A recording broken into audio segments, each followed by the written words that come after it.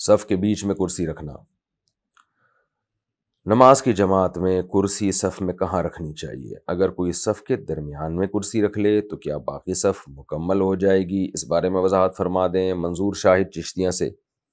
دیکھیں بار بار اس پر بات کی جا چکی ہے، علماء کی طرف سے بھی تحریری فتویٰ بھی موجود ہے کہ کرسیوں پہ جو نماز کا طریقہ ہماری مسجدوں میں رائج ہو گیا ہے یہ بالکل خلاف سنت ہے. انتہائی شدید مجبوری میں مریض کرسی استعمال کرے، ادروائز وہ زمین پہ بیٹھ کے نماز پڑھے. اگر پاؤں موڑنا ممکن نہ ہو، گھٹنے موڑنا ممکن نہ ہو تو پاؤں قبلے کی طرف سیدھے رکھ لے اور اشاروں سے سجدہ اور رکوع کرے. لیکن زمین پہ جس حد تک بیٹھنا ممکن ہو بیٹھے. ہمارے نبی صلی اللہ علیہ وسلم جب بیمار ہوئے تھے تو زمین پہ بیٹھ کے باقاعدہ جماعت کرائی آپ صلی اللہ علیہ وسلم نے، تو اس لیے زمین پہ بیٹھ کے نماز پڑھے. تو پھر بھی اگر ممکن نہ ہو تو پھر کرسی پہ بیٹھیں. کرسی میں صفیں خراب ہوتی ہیں، کرسی میں بڑے مسائل ہوتے ہیں اور کوئی تکی نہیں بن رہی ہوتی. پھر اس میں چرچ کی مشابہت آتی ہے، جو غیر مسلم کے عبادت خانے ہیں ان کی مشابہت بھی آنا شروع ہو جائے گی اس میں. اس لیے یہ عمل سے بچنا چاہیے. ہاں مجبوری ہو تو الگ بات ہے. پھر اب جب مجبوری میں تو جہاں بھی رکھی جائے بس وہیں سے آگے صف بنانا شروع کر دیں، چاہے صف کے بیچ میں ہو یا کنارے پر ہو. کوشش تو کریں کنارے پر کرسی ہو تاکہ صف کی وہ جو ایک ہے وہ ترتیب وہ خراب نہ ہو. لیکن ایسا بہت مشکل ہوتا ہے، بار بار اٹھا کے اس کو کہاں لے کے جائیں گے ہم کرسی کو. قضاء عمری کے دوران نماز کی وصیت کرنا. آپ نے ایک بیان میں کہا تھا کہ اگر کسی کی قضاء عمری پڑھنے کے دوران موت آ جائے تو وہ وصیت کر سکتا ہے. میں 16 سال کا ہوں، میں بھی قضاء عمری پڑھتا ہوں. اگر میں احتیاط کے طور پہ وصیت کر لوں تو اس بارے میں کیا حکم ہوگا اور اس کا کیا طریقہ کار ہوگا؟ محمد صاحب کراچی سے. آپ 16 سال کے ہیں، انشاءاللہ بھی آپ اللہ نے چاہا تو نہیں مریں گے اور آپ کے ذمہ نماز بھی 1-1.5 سال کی ہوگی، تو آپ جلدی سے اس کو پڑھ لیں، وصیت نہ کریں. وجہ اس کی ہے کہ یہ جو کہا جاتا ہے نا کہ قضاء عمری کی وصیت کرنا واجب ہے اور پھر وہ وصیت کے مطابق وارث جو ہے 1/3 مال سے فدیہ نکالیں، تو یہ بھی احتیاطاً کہا جاتا ہے. احتیاطاً تو اصل میں تو روزے کی وصیت ہے، نماز تو پڑھنا ہی ضروری ہے، روزہ بھی رکھنا ضروری ہے، لیکن نہ رکھ سکیں تو اس کی وصیت ہے. فدیہ کیونکہ منسوس ہے نا، نماز کو حضرات فقہا نے قیاس کیا ہے روزے کے اوپر، کیونکہ نماز روزے سے زیادہ واجب حکم ہے. تو آپ کی عمر کم ہے، میں اس لیے آپ سے کہہ رہا ہوں کہ جلدی سے اس کو نمٹا دیں، وصیت نہ کریں، کیونکہ وصیت میں نا وارثوں کو بڑی ٹینشن ہو جاتی ہے.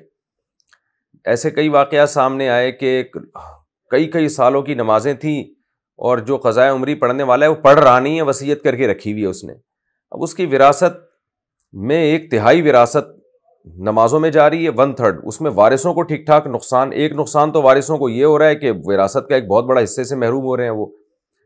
دوسرا ان کو نقصان یہ ہو رہا ہے کہ پھر وہ کیلکولیشن کر کے اس کو صحیح مصرف میں خرچ کرنا 1/3 کو، یہ بھی ایک ٹینشن والا کام ہوتا ہے. بعض دفعہ مکان ہے، اب وہ وارث راضی ہیں کہ جی ہم اس مکان میں رہیں گے، وہ سب راضی ہیں آپس میں، اب ان کو اس وصیت کو پورا کرنے کے لیے مکان بیچ کے روڈ پہ آنا پڑ رہا ہے، تو بڑے مسائل کھڑے ہو جاتے ہیں اس سے. روزے تھوڑے سے ہوتے ہیں، محدود ہوتے ہیں، نمازیں تو زندگی بھر کی بہت زیادہ ہوتی ہیں، تو بڑا آسان بنا لیا ہے آج کل لوگوں نے کہ جی نمازیں پڑھو نہیں، بس وصیت کر کے چلے جاؤ.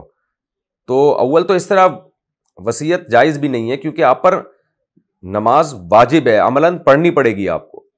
وہ تو جو رہ جائے تو اس کے بارے میں فقہا بیان کرتے ہیں کہ جو آپ کی کوشش کے باوجود بھی جو نمازیں رہ جائیں تو ان کی وصیت کریں. لیکن اب کئی سالوں کی نمازیں رہ جاتی ہیں، ان کو مذاق بنا لیا لوگوں نے کہ بھی چلو وصیت کر دیں گے. ورثہ کا بیڑا غرق ہوتا ہے، وراثت کے بڑے حصے سے بھی محروم ہوتے ہیں، پھر اس کو تقسیم کرنا ایک ٹینشن کا کام ہوتا ہے. اور یہ مسئلہ کوئی منسوس ہے بھی نہیں، منسوس کا مطلب کوئی قرآن و حدیث میں صراحتاً بھی نہیں ہے کہ نمازیں رہ جائیں تو وصیت کرو. تو اس لیے آپ نے اس کو پڑھنا ہی ہے. تو اپنے گھر والوں کو اپنے بعد اپنے وارثوں کو ٹینشن میں نہ ڈالیں. جو ٹینشن آپ نے نمازیں قضا کر کے کریٹ کی ہے وہ ٹینشن آپ خود ہی اٹھائیں اور جلدی سے اس کو نمٹا دیں. تو میرا مشورہ یہی ہے، مسئلہ تو یہی ہے کہ وصیت کرنا لازم ہے، مسئلہ تو یہی ہے، لیکن کچھ مسئلے ایسے ہوتے ہیں کہ ان کا سوسائٹی پہ جو اثر ہے وہ بڑا یعنی خطرناک سا پڑ رہا ہوتا ہے. سوسائٹی پہ اثر وارثوں کو ایک مصیبت میں ڈالا جا رہا ہوتا ہے. تو اس لیے مشورہ میرا یہی ہے، اور یہ مشورہ بھی ہم نے شریعت کے مزاج سے ہی استنباط کیا ہے.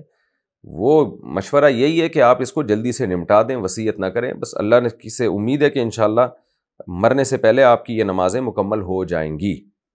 اور باقی لوگ بھی جن کے ذمے قضائے عمری ہیں نا، وہ قضائے عمری پڑھ پڑھ کے نمٹائیں اس کو، وصیت کے چکر میں نہ بیٹھے رہیں کہ جی ہم وصیت کر دیں گے۔ وہ تو جب پوری کوشش آپ نے کر لی پھر بھی نمازیں ذمے میں رہ گئیں اور آپ نے پورا زور لگا دیا، تو اس کے بعد آخری درجے میں وصیت کا کہا جاتا ہے، اور وہ بھی 1/3 میں، خوب سمجھ لیں کہ آپ کی ٹوٹل وراثت کا 1/3۔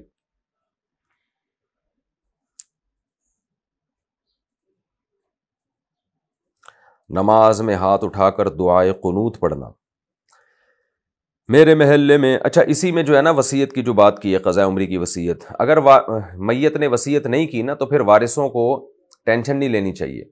بعض دفعہ یہ ہوتا ہے ابا اماں نے 30 سال سے نمازیں نہیں پڑھی ہوتی، اب اولاد پریشان ہوتی ہے کہ ابا اماں تو جہنم میں معاذ اللہ، اللہ نہ کرے، جل رہے ہوں گے، تو اب ہم ان کی نمازوں کا فدیہ ادا کریں، تو وہ پھر ٹینشن میں ہوتے ہیں۔ اب پوری جائیداد کا ایک بہت بڑا حصہ فدیے میں جا رہا ہوتا ہے، وہ ایک الگ ٹینشن۔ وہ فدیہ نہیں دیتے تو ان کو ٹینشن کہ یہ کہیں ابا کی حق تلفی تو نہیں ہو رہی۔ تو یہاں بھی یہ چیز منصوص نہیں ہے، میں نے بتایا قرآن و حدیث میں وضاحت نہیں ہے کہ نمازوں کا مرنے کے بعد فدیہ دیا جائے۔ تو بس میت نے اب نمازیں نہیں پڑھی تو اب ان کے لیے دعائے استغفار ہی کیا جائے۔ اگر میت نے وصیت نہیں کی ہے نا کہ میرے مرنے کے بعد نمازوں کا فدیہ دیا جائے، تو بس اب ان کے لیے توبہ استغفار کیا جائے۔